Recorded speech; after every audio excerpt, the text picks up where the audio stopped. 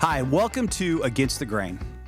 As we seek to live with purpose and with meaning in our lives, the way that we do that is by living for Jesus. And when we live for Jesus, it means we live differently. It means we live counterculturally. It means we live against the grain. And one of the areas that this is probably the hardest to do, and also maybe the places where we can have the biggest impact, is in our places of work.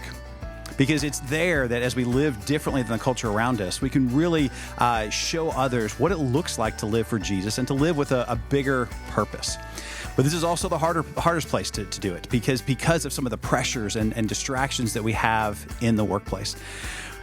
But this is also the place where we spend more time than just about anywhere else. So today we're going to have a conversation about this. What does it look like to live out our faith in the workplace, whatever your workplace looks like? And so with me, I'm excited to have Bobby Whitney and then Aubrie Lamar with us today. Both of them are part of our church, part of 121. They lead in different areas, different groups. But then also both of them, I've just in talking to different people, are living out their faith in their workplaces in different areas. So I'm excited to dive into this today and just kind of see, okay, what does that look like for y'all? And then how might we as a church or as a group of believers to be able to live more and more fully for Jesus in the workplace? So give us just a little bit about who you are, kind of a little bit of your work situation. Aubrie, do you mind starting? Yeah, so I'm Aubrie Lamar. I'm married to Jake Lamar. We have two boys, 8 and 10, so they keep us busy. But then I also work out of the home. So I'm the Senior Vice President of Client Services and Strategy at a fast-growing marketing agency. It's awesome. It's, a company that looks much more like the world. Yeah. So no question that it's my mission field, but I love what I do. I love the people I get to work with, and hopefully get to show them a little bit of Jesus along the way. Tell me your title again. Yeah, so I'm Senior Vice President of Client Services and Strategy. Okay, what does that mean? So I oversee the day-to-day client management. So I oversee the team that is front of the lines with our clients, making sure that we deliver excellence in everything we do, from taking a campaign brief to devising the strategic approach with audiences to ultimately it being out in the market to delivering success for our brands. And I love that role because it's a balance of our people within our organization and our people outside of our organization. And it's a daily strive towards excellence because it's an interior role and an exterior role where we're really championing our teams on both sides. So, love it. Yeah, that's awesome. All right, thanks, Bobby. How are you? All right, my name is Bobby Whitney. My wife Angie and I go to 121 for about 6 years now. We've been members. We have two great kiddos. My youngest is about to join his sister at Auburn, so we'll be empty nesters coming up real soon. So you got two at Auburn going. Okay. We will, yeah. And so super exciting. They just couldn't wait to flee the state. A little bit of a commute. Yeah. But we love it, and it's been a great experience for them so far. So and that's in my that's the family side. And in my day job, I help run a company that provides ABA services for kids with autism. So kids on the spectrum from ages 2 to 12 that have trouble in a typical school environment. We see them anywhere from 20 to 40 hours a week with direct one-on-one therapy and care. We currently care for 84 kiddos, have about 140 employees, and it has been just an eye-opening journey for me to go with these caregivers as they try to, keep themselves resilient, as they care for a population that really needs it, but sometimes doesn't know what they need, right? And so it's been a departure for me. I was 24 years in automotive and power sports before that, and so the jump from that world to this one was huge. Completely different demographic of employee and client, and all of that. But a lot of it applies and moves over. But yeah, that's me. Yeah, you were saying the other day that you went from managing mostly men in power sports and to now a team of mostly women. Is that what you said? 97% female under 30. Yeah. So completely different world than a shop full of motorcycle mechanics. Yeah. Very different way to manage and lead. Yeah. The end result is hopefully a cohesive team that performs, but very different. That's great. Yeah. Okay, what a transition. Wow. Well, very good. Okay, so I always like to start off with just kind of a fun question. So since we're talking about work, what's the worst job you've had or the most interesting job you've had? You take either one. Yeah, so I'll go most interesting route. Okay. So when I was 16 years old, I actually worked at Cowboys Golf Course. And if you've ever played at Cowboys, there is someone on the 18th green that hands out waters and these like amazing mango towels and like washes your clubs and has like a moment of connection. What's a mango towel? The most gloriously scented they towel. are fantastic. You've had them. Really? They're cold and they smell like mango. And you put Oh it my in your gosh. neck. Yeah, it's a great experience. So it's just this like instant moment of joy. But I worked there really, I guess, from 16 to 18. But it was like quite literally where I learned to have like really intentional conversations really quick. Like you're giving them a gift. Yeah. They're all really thankful for that like cold, amazing towel that they've probably looked forward to. And you have like a moment to connect. And then frankly, that depends on how much tip you get. So it was just great of like this moment of connection. And then taught me a lot about kind of what the next several years of my life would look like in connecting with people. Very good. Okay, so how did you transition from there to client services at an Yes. agency? Yeah. Well, that was a high school job. So then went to college, majored in business and marketing, but then frankly just like loved the people and creative side of marketing. But I'm not a creative. I'm much more of like a strategist and an operator. But I couldn't get away from the people side of it. And that's what I love about marketing is that you're in it with people, you're solving business problems in a really collaborative way. And so I think the biggest connection there is just interfacing with people, meeting needs in different capacities, and sometimes doing it over the course of 2 minutes or 2 hours or 2 months, 2 years. That's awesome. Yeah. Bye. All right, so I'll go with my 16-year-old job as well, and it was on the other end of that spectrum as far as connection. Yeah. No mango towels? No mango towels. No mango towels.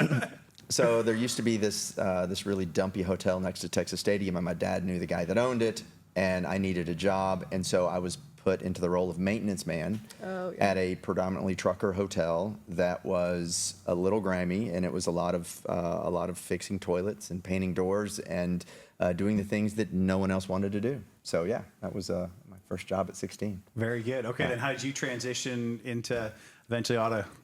Well, so that being a first job, most of that transition just came from I knew I got that job because of my dad's connections, and he was someone who was super active in philanthropy in the community. Served on just serving others was really his MO, and so just seeing that play out. It wasn't long before I had jobs in the service industry, and then did things that really just kind of modeled after what I learned from him as far as how do you take great care of others and how do you put others first. And that was a lesson that we've fortunately instilled in our kiddos as well, just to see that play out. So I don't know if it came from being a maintenance man at Days Inn, but just running that together. It's just how do you serve others no matter the job. If it seems lowly, it's still important and someone has to do it. So how can you do it in a way that that you can be proud of? Yeah. That's funny. I think my worst was 16 years old also. Yep. First job, I was a dishwasher. They called us dish pigs. And we would be in a Harrigan's restaurant and scrubbing those dishes. And the worst thing was that they served nachos and the cheese on those plates. Like you had to scrub it forever. But I can remember coming home at night from those days. I mean, you're just soaked in water. And it's not clean water. It's nasty dishwater. But that's where I started. That's where I learned. There you go. Got to start somewhere. All right. So what is it? Okay. So we talk about our faith in the workplace. What does that look like for y'all? Like what are some ways that you try and live that out in your work world? I'll go first. All right. So for me, it's most of my employees, and I speak pretty generally with 140. It's a pretty broad array, but a large number have traumatic past, and they serve in this capacity. They're in the mental health space because they have a story and they really reach to help others. And a lot of that comes from a big heart, a big sense of empathy. But most of it is not Christ-centered in the way that they do it. We hire a lot out of University of North Texas. It's great folks from there, but not an institution that is really directed to God. And so what I have is a really ripe area where there's a ton of availability of folks that haven't been met, right? And so how I work that into my day is just to try to be an example of attractive behavior so that others want what I've got. And it's everybody in this space wants to show up to work to make others' lives better. Most of them don't know why they pursue that, and I think it is God-given, and even if they don't realize where it comes from. And so for me, I've been given a number of opportunities. I'm a big believer in whatever you take in is what fills your cup, and whatever is in your cup is what will spill out when you meet others. And so if I spend my time doing things that are in service of others, if I'm in the Word, if I rely on my group to just lift me, when I meet others, I'm going to have that grace and gratitude. I'm going to spell out things that are attractive to others, and they're going to want what's in my cup. And so that's really the way it plays out the most to me. I'm not in direct contact with most of my employees on the day-to-day. I just try to make sure that when I have those interactions that I am humble and curious and generous and full of grace in that, so that when those opportunities arise, it gives me an open door. Yeah. So what are some of those, how does the opportunity generally present itself? Is it people coming to you sometimes and saying, hey, I'm struggling with this? Or does it that happens, how does it open that up? happens sometimes. So, my direct contact is with 5 or 6 people out of the 140 as far as a high level. And then there's 4 additional that I talk to a few times a week. But there is a group of interns that I have that I lead every other Wednesday. I lead a leadership class. And in that, so for example, right now, part of what we're going through is burnout and protecting yourself from burnout with self-care. One of the early steps to self-care is meditation. Well, it's really easy for me to, the world will tell you meditation is one thing, where I can give examples on where I spend my meditation, and it's, meditation in the Word, it's my devotionals in the morning, it's quiet time. And so that gives me really a platform to where, this is what it says we should do. This is how I live that out in my life. And I have had some great opportunities for some folks just last week in our class. One of the interns, she put her spiritual life was one of her wins, and we were doing wins and losses, kind of where we were on burnout. And so she said, I do not need to spend much time on this because I'm already good with my walk.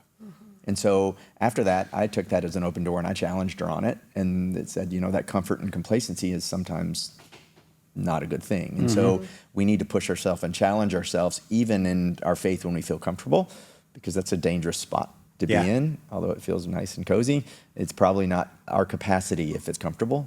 And so from that, I gave her some stuff from 1 Timothy in that, and then so she was really grateful in that. I didn't know if I was overstepping, but she was really grateful and asked if I had more stuff like that to just keep it coming. That's great. So, I think the overstepping is a good thing to press in on a little bit, because I know when I was in the corporate world, I got to a point where I was really comfortable with sharing my faith with peers and that kind of stuff. But those who reported up to me, there was this kind of this tension of like, I don't want to use my authority in a way to influence them, although I do want to influence them, and I am in authority over that. So how do I balance that? Like, have you struggled with that, or has that been? No, absolutely. How have you kind of wrestled through that? Yeah, because really been great is we have a Tuesday morning men's group called Men of Granite, and almost every week, something we learned about that week comes to the surface in a conversation I'm having just casually. Yes. And it's the coolest thing the way it works out. That whatever it might be. That week, we talked about something that relates in a way, and I can weave that in and say, this week in my men's group, we talked about this, and it just opens that door enough, and sometimes they're curious, and they ask, and sometimes they have no idea what I'm talking about. Sure. What's an example of that, something you took from a study into the workplace like that was just, you could just bring up in a casual conversation like that? I think that's great. Okay, yeah, so a few weeks ago, we were in a growth phase at work. And so in that, there's a ton of stress and strain on every facet. And so my clinical director and my HR director were both feeling this. And Joby pastor out of Florida. I forget, Joby Myers. Yeah. So I played them this little clip, and he said, in a time of discomfort, you can ask for God to lighten your load, or you can ask for God to broaden your shoulders. And so in that spot, I said, hey team, do we want to move our goal back, or do we want to increase our effort because we know we have that capacity? And so that was a time when I was able to. I literally played him a 3-minute clip of a sermon. In the middle of a work meeting. It was an HR meeting that was not normal, but it fit so well that I was able to bring that out. And it was we were in the study of 1 Timothy, and about how Paul was telling Timothy how to he was equating his ministry with physical exercise and getting in shape, and not resting on that. We'll push ourselves on the treadmill, we'll push ourselves in the gym, but do we push ourselves in the Word? And that was eye-opening to me, because I spend more time physically active than I do reading, right? And so, hey, how can I do this? And so it showed up that week. Actually, 2 days later, it showed up in that meeting, and I was able to say, guys, we can push ourselves further because we have more capacity, and so let's ask for broader shoulders. And it was just perfect. But it works that way, not every week, but almost every week. That's awesome. Very good. How about you, Aubrie? What are some ways that you live out your faith in the workplace, and how that plays out for you? So I would say it comes down to just intentional conversations, and I pride myself on being a pretty personal leader. So typically when I take on a new direct report, or I'm recently I'm a part of a new team, I lead with that. I tend to be a pretty personal leader. If that's not something that you're comfortable with, let me know. But I want to know about you. I want to know what you're bringing to work, because you're bringing your personal self to your work. And so through that, you see one of two things. You see this relief in people of okay, she's going to see me for who I am, or you're going to see this kind of fear in people of I don't know how to open up. And there is really honestly beauty in both of those paths. The people that are quick to open up, day one, I understand what their family life is, maybe what their past is like. Do they have a faith? What does that look like? And the people that don't open up, it's a much larger journey, but there's a lot of fruit in that too, of me getting the right to earn their trust to have intentional conversations with. And so that's really with my direct reports, but I pray for boldness and courage to have intentional conversations, and, being transparent, I probably miss them a lot more than I get to have them. But, recently one of my coworkers was talking about how much Easter meant to her. And I just got to have a question of is this a religious holiday for you or a seasonal holiday for you? And I was just I was so thankful that in that moment, the Lord gave me that, because I'd almost missed it. And then literally 2 minutes later, she said it again. And I was like, okay, God, I'm not going to miss this twice, And so I think it is just, what does it look like to take conversations to the next level? And it might just be a question, right? It might be asking about someone or telling someone that you're praying for them, but just kind of taking it a step further. And I love what Ross said a couple weeks ago when he said, sometimes the most powerful question is what else? And I think we live in a work culture that values productivity, me included. But sometimes it is equally as productive to just sit with someone and get to know their story. And you see, when you care about them as a person and you help them understand their purpose, their productivity increases far more than what I can train them to do in the job, because they feel seen, they feel heard. And then ultimately weaving the gospel into that so that they ultimately know their purpose beyond their job title or their role, I think is powerful. That's awesome. I found the same thing. Questions seem to be a really easy way to kind of get that and ask them. And typically for most people, not all, but for most people, if you ask them a question about faith, they're going to feel almost obligated to ask you a question about your faith. And then it's okay, here we go, and we can have that conversation. Do you find, are you in an environment where, are you worried about getting in trouble for sharing your faith and that kind of thing? How do you navigate that? Yes, and I have. I don't worry about it. I know that I could. I have in the past, not in my current role or company, but in the past. And I think at the end of the day, at this point, hopefully people know my character enough to know that when I'm sharing my faith, it is a part of who I am, not because I'm trying to make anyone something that they're not, right? And so it is a reflection of me in how I talk to people or pray for people. But yeah, I mean, in the past, I have gotten called into HR, and I've been really fortunate to have managers and leaders that have gone before me that have said, like, good luck trying to change her. Like, that's just who she is. Like, if you want Aubrie, this is what you get. And I will tell you, those people, they actually weren't people of faith. But those people have really spurred me on to being like, all right, let's test the next limit. You know, like, it's okay. I mean, I think if you are unashamedly who you are, that's not something to be worried about. Yes, we have families to provide for, but I do feel like there is like protection and grace for that. And our character precedes us. So yeah. And I think it's good too when you are good at your job.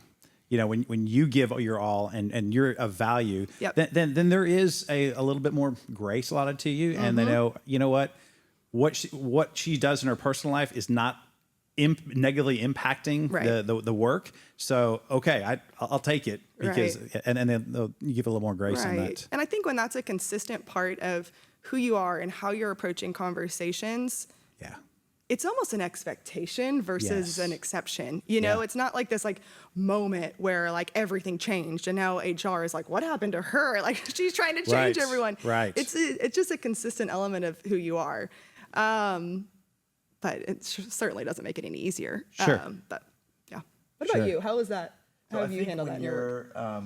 What I was thinking of as you were saying that is your level of relevance gives your message relevance, right? And so I think if you are a performer, you have a louder voice, and not that you need to use it in a loud way, but I think that having a high level of integrity and performance, and when they see you at work as the person that they can go to for things, then why wouldn't they go to for things other than? Because how you do anything is how you do everything. And so if you have someone that's of high integrity, they are a hard worker, they are utilizing their gifts and talents to make life better for others, they might know something outside of the office. And so I've seen that come up where people say, hey, I've seen you handle these situations with grace, or I've seen you handle these situations that are really stressful and you don't get wigged out about what's going on.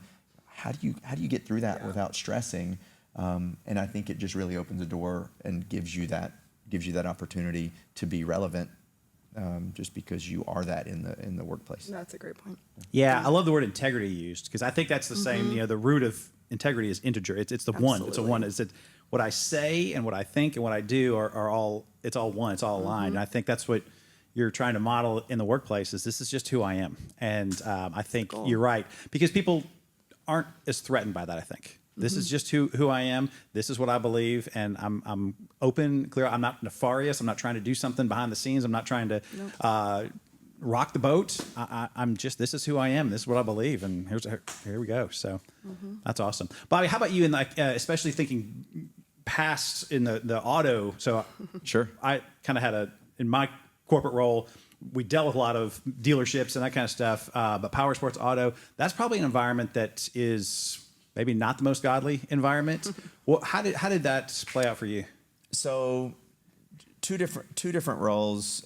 In my time in luxury automotive, I was with a company that was not a faith-based company, but really the principles were the same ones that I read about in the Bible, right? And so a lot of it made sense. I did find a fear to have those conversations with clients, as it was transactional and it could go one of two ways. And so it was not, it wasn't an easy place to do that. Once with customers. Yeah. Once you had a relationship and it was past the first transaction, a lot of times those things became part of the relationship. But from the onset, unless you had a tchotchke on your desk or something that kind of led conversation that way, it usually didn't go that way from a client standpoint. Now, from a colleague standpoint, I would say over 50% of the dealership group I was in, we would talk about on Monday and Tuesday. We would talk about what happened on Sunday, and so there was a lot of that involved, just by nature of the people I worked with. When I went into power sports, it was probably less than 10% of that population was churched. And so just leading with gratitude, being new in that environment. I didn't really know how to bridge that gap at first. I was super uncomfortable. I didn't want to look like I wasn't cool, right? And then in an environment where cool is what you're trying selling. to be, right? Yeah. And so that was difficult for me how I played it out, and it was pretty funny. And the first dealership we acquired, I would say thank you all the time. And it was just a natural thing for me to be grateful and to say thank you to these people. And about a month and a half in, someone pulled me to the side and said, hey, you can cut it out with the thank yous. And I said, what are you talking about? He said, you say thank you all the time. And I didn't realize I was like overdoing it. I'm just really grateful for you guys, and I appreciate what you're doing. And he said, well, I've been here 10 years, and I haven't heard the thank you but a time or two. Wow. And so hearing it this much in a month and a half just seems like it's fake.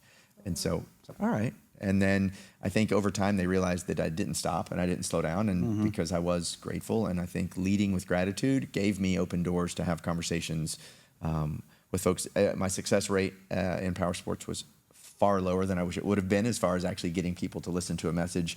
There was a lot of hurt in that industry, and some awesome people, but a lot of them that are really far away. And so I was there for almost 5 years. I probably impacted a number of lives, but I can't say that I made as big of a dent as I wish I would have, just because it took a while to get the rapport, trust, and relationship deep enough to have conversations like that. And a lot of them were around why they aren't instead of why I think they should be as far as in church. I'm not because of this, or I experienced this. And so I tried to tread kind of lightly around those things. Now that I've kind of been more intentional about those conversations, I wish I had a time machine, because I know some things now that would have helped me kind of weave those conversations in a direction, but it's not where I am. And so I just hope that I planted a seed. Yeah. Absolutely. Yeah, I think that's neat. So thinking about someone, or maybe thinking about y'all as you first started off in the corporate world, so didn't have kind of the rapport yet. You're kind of trying to make your way, trying to climb the ladder. If someone was in that role, maybe kind of entry-level position, or just starting off, how would you, maybe what are some of those keys that you would have gone back in time and done differently to try and have an influence? Yeah, if I was going to give, staying away from and above any sort of gossip and anything like that, I think separates you from the majority. And the best way to do that, as I lead others, is just the assumption of positive intent. So when anything happens to me, I try to first view it through a lens of how could they mean this for good. And so if I think there's charitable intent or positive intent in everything someone does for me, it's going to be difficult for me to react to that. It gives me time to respond to it. And sometimes it isn't for good that they intended it. But at least I've given myself a second so that I can have that conversation. So I think that is key. And then just humility. As you enter a role, you can learn something. No matter your position, you can learn something from every encounter and every person you meet. So just having the humility and curiosity to find out what that is. And I think that shows genuine care for others when you really seek to know more about them and learn more from them than you're trying to give them. It gives you really license to pour into them because you've allowed them to pour into you. Yeah. Yeah, I would say don't be shy about being bold about your faith early. It doesn't get easier. Yeah. And I think, you think, okay, well, when I prove myself or when I'm in this role, it's going to get easier. And it just simply put, it doesn't. Actually, I would say the more established you are in your career, and like we talked about earlier, certain roles that you hold, I would actually argue it gets harder. And I would say, for the folks that are entering the workforce, be bold with who you are early. Most jobs people are walking into, it's not Christ-centered. It looks a lot like this world, and it's okay to be different in that.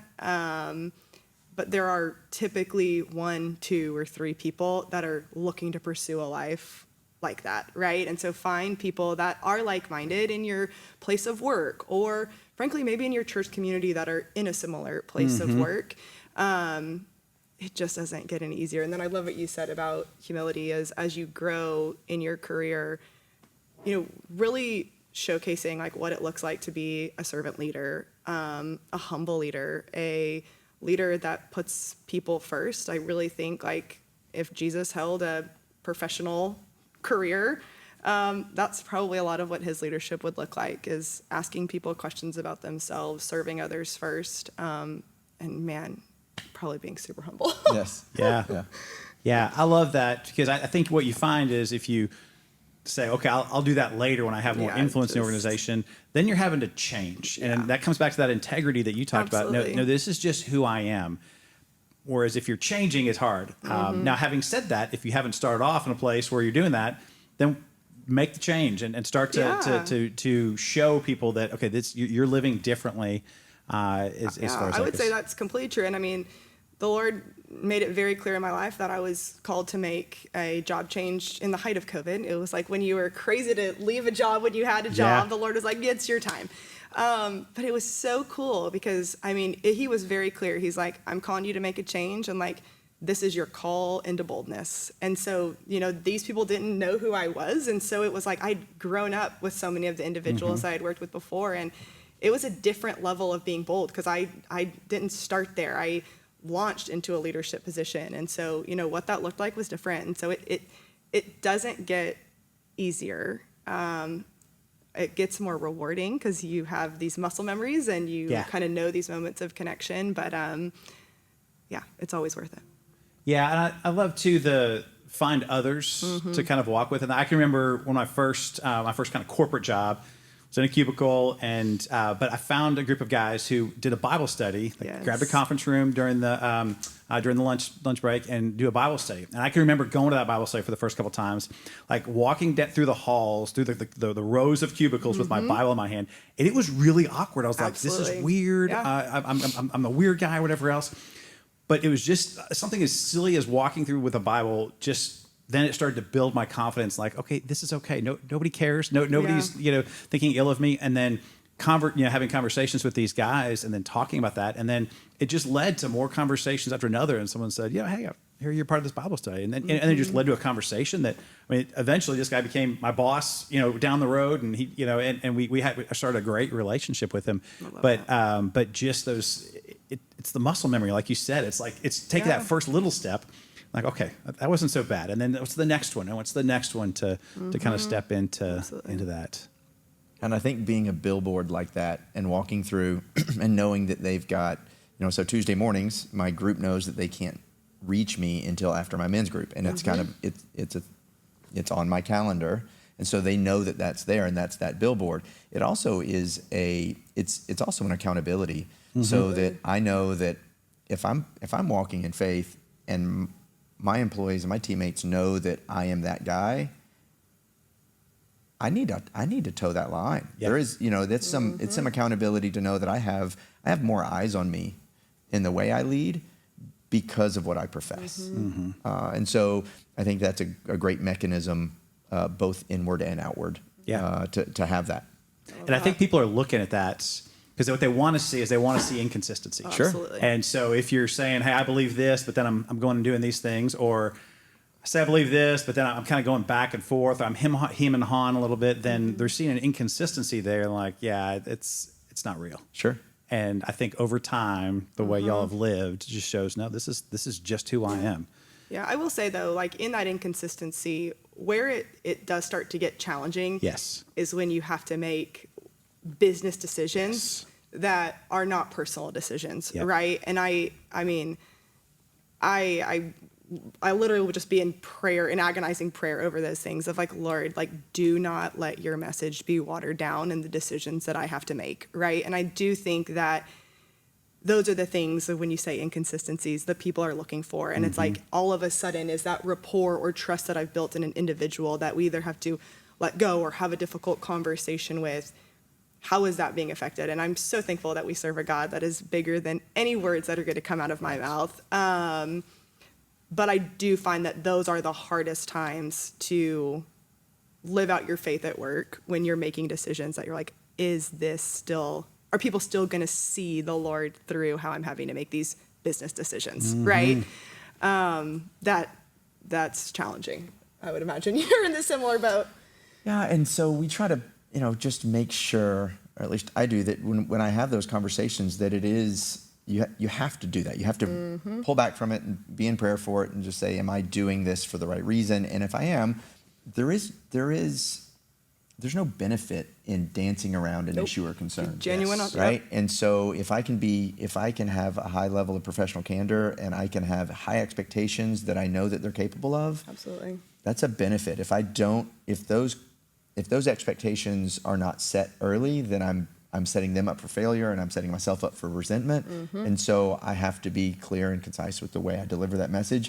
And that's not against God, right? There's expectations. There's a whole book full of them, right? Yeah. And so if we set those expectations, I think that we're able to, if we enter it in the right way, if we enter it with the right direction and under the right guidance, even a termination can be a blessing for that person if it's handled properly. Absolutely, yeah. And they're never fun. It's always a tough conversation, but if they are there and they're not serving themselves to the highest level, they're not meeting expectations, they aren't satisfied either. Totally. And moving them along, although short term, it's difficult and uncomfortable, it is where their growth will come. And usually that addition by subtraction for the company is a plus as well. And so, I think a lot of times we put our pride and our own emotions in front of the proper decision because it is difficult.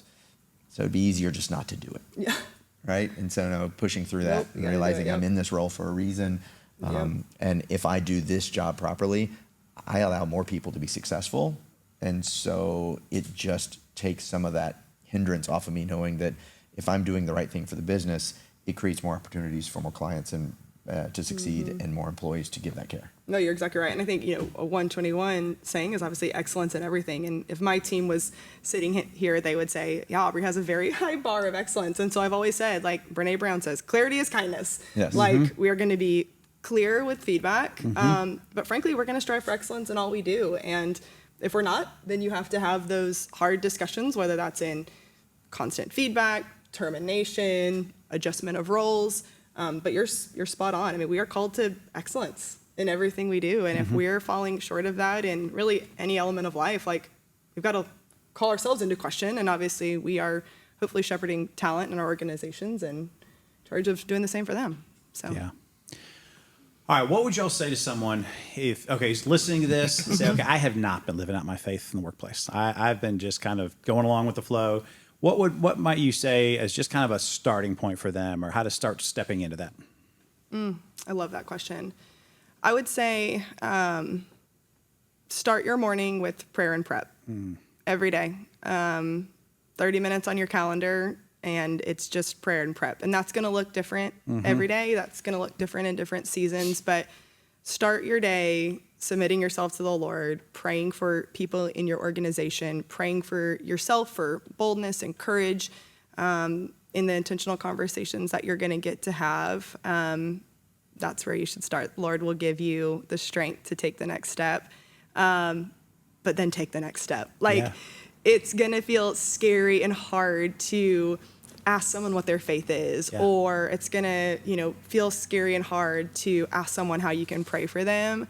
It's always worth it. Yeah. Don't wait for tomorrow if you can do it today. I think that's great. I think too that when you say scary and hard, what do you think is the scariest part of it? I think fear of rejection. Yeah. And people aren't rejecting the truth. And to your point, Bobby, I love what you say. It's like people come with their story. People aren't usually quick to say yes to, Christianity, but they'll certainly tell you why they're not going to church. And so I have not experienced very often, I'm definitely a handful of times, but I have not experienced very often where I am completely rejected in the conversation. There is a conversation that we can then build upon.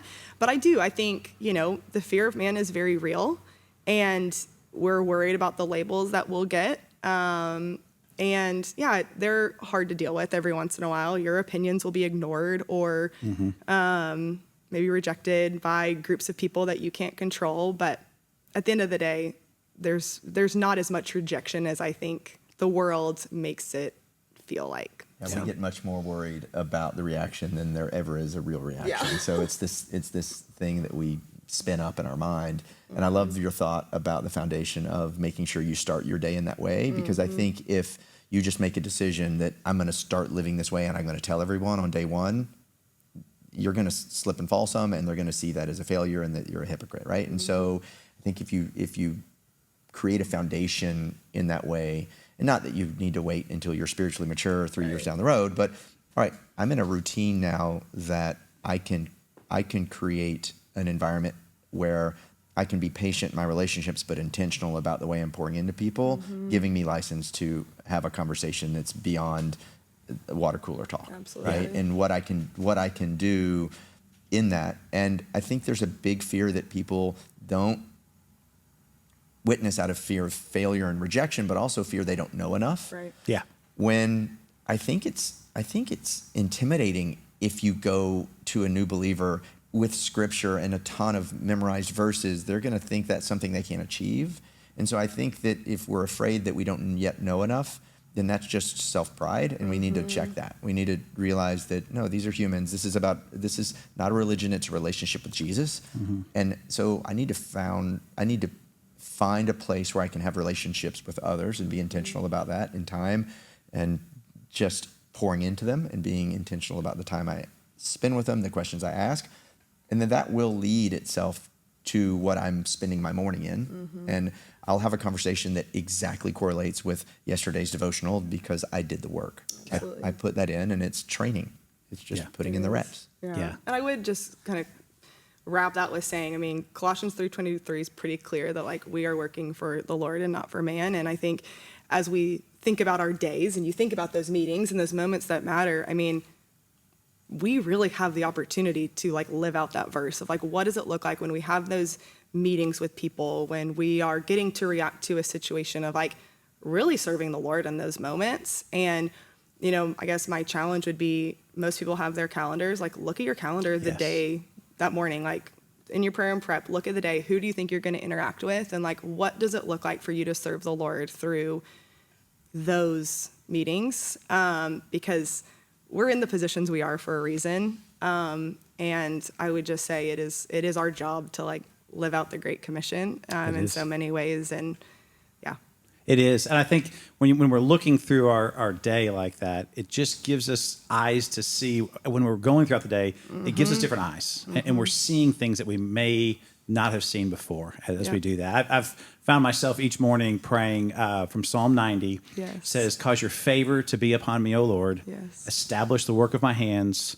O Lord, establish the work of my hands. And just that, whatever you have for my hands to do today, Lord, let it be for you. Like let it be eternal value. Let those things play out. And then that leads into just kind of the day. And okay, what do I know is going to happen today? And then what are those opportunities that God you might put in my path in each of those meetings? Absolutely. That's awesome. I love it. Anything else, Bobby, that you'd add on for someone who's stepping into this kind of new? You know, I think just realizing that failure in whatever sense you have it is part of the equation. And right. And so in that, you're either going to learn something or you're going to accomplish your mission, or in either way, you're going to grow the kingdom. And so how do I do that knowing that, hey, I'm going to go into this thing, I'm going to have this conversation. I've been playing it over in my mind 37 times. It turns out to be a 5-second conversation that goes pretty well. Right. You know, and I spent hours, you know, thinking about what turned out to be not that bad, right? And so having the conversations and pushing yourself past that. This morning in our men's group, we talked about your capability and your capacity is way north of your comfort level. And so if you have to push past your comfort level if you want to reach your capacity. And so we have to do that at work too. And as we live out our faith, if we have a meeting and there's something that should be said or could be said that would lead this meeting in a direction, you know, it's pushing the business forward, but it's doing it in a way that I can also help minister to my colleagues. Take that step. Yeah, you mentioned the water cooler a second ago, and I think that's a great image because we all have those just kind of casual conversations, especially one-on-one. But there's a point in that conversation where it's like, okay, am I going to take this step? And am I going to start to take it to an uncomfortable place? Asking about religion. Most people are okay, religion in general. Am I going to ask about like what do you do with Jesus? Are you going to ask about some of those, just kind of a little bit more questions that might make it feel a little more uncomfortable, and are we willing to take those uncomfortable steps? Yeah, I would add to that though. I mean, there's a lot of the workforce that doesn't have the water cooler because we're remote. Okay, yeah. Talk about that. And so I think there is good and bad in that. There's bad in that I can't have the tchotchke on my desk, and so you really have to think about what those billboards are in your life. But the intentional conversations that you get to have, I would actually say, can be a lot more impactful because no one's worried about what people are going to overhear, right? There is a one-to-one because it is you and the computer. And so I would just say, whether you are in office with individuals or you are remote and just talking to individuals via computer screen every day, there are still moments that matter in that. Neither one is a reason to shy away from the conversations. But if you are remote, the moments that you are in person, figure out what those look like. Capitalize on those. So yeah. Have you found ways on remote, so over Zoom or over whatever, to be able to, because I think that would be really hard, because it seems to be like we're more tactical when we're on there. It's like, okay, we're more efficient. Yeah. But it sounds like you've found ways to step into more relational conversations on that. I mean, it's funny. I mean, man, the virtual world is great for me. I'm a highly productive individual, so I'm like, get in and get out. And that's honestly, that can be where it is the hardest to live, out your faith, because man, the routine can really take over. And it's like this meeting to this meeting with this agenda. I mean, it is, you can get through a very, very productive day very quickly. But yeah, so I think there's a couple things. Like one, the recent example is like for Good Friday, like I took the day off and my Slack notification, which is like our internal communication system, I put a cross and just said, Good Friday, be back on Monday. I came back on Monday with several people like asking me questions about it that were like, yeah, I'm so confused why, this isn't a holiday. And so like, honestly, just getting the opportunity to be like, tell me more about that. Like, I guess I didn't know. And they're like, oh no, this is just, what my country used to do, or whatever. Like, so that was cool of just like finding ways to like put your faith out there, even if it's just like on a little like cross emoji. It feels so small. But then I would say on the other things is just like when you're in a one-on-one, like you have a moment to connect, do not miss that moment to connect. How can I be praying for you? What's something that's going on that, I need to know? Hey, did you get to go to church this weekend? Like just one question that is outside of the agenda when you're having a one-on-one, whether or not it's faith-based, it's a moment to connect and like build to the next conversation. Because if not, you're not seeing someone in the kitchen to ask them how their weekend was. Or sometimes you're not getting to see that like they actually walked in like really defeated because they came in with something hard. And so like if you don't ask that question, literally no one else will ask that question that day because they might never leave their house, right? And so I would just say, find a way to connect personally in every encounter that you have, big or small. That's great. I love that. And I think the question, how can I pray for you? I think that is a non-threatening question to just about everyone. That's a way to just kind of step into that. And it's a legitimate way to care for them. So that's great. Okay, thank you. Well, this has been fantastic.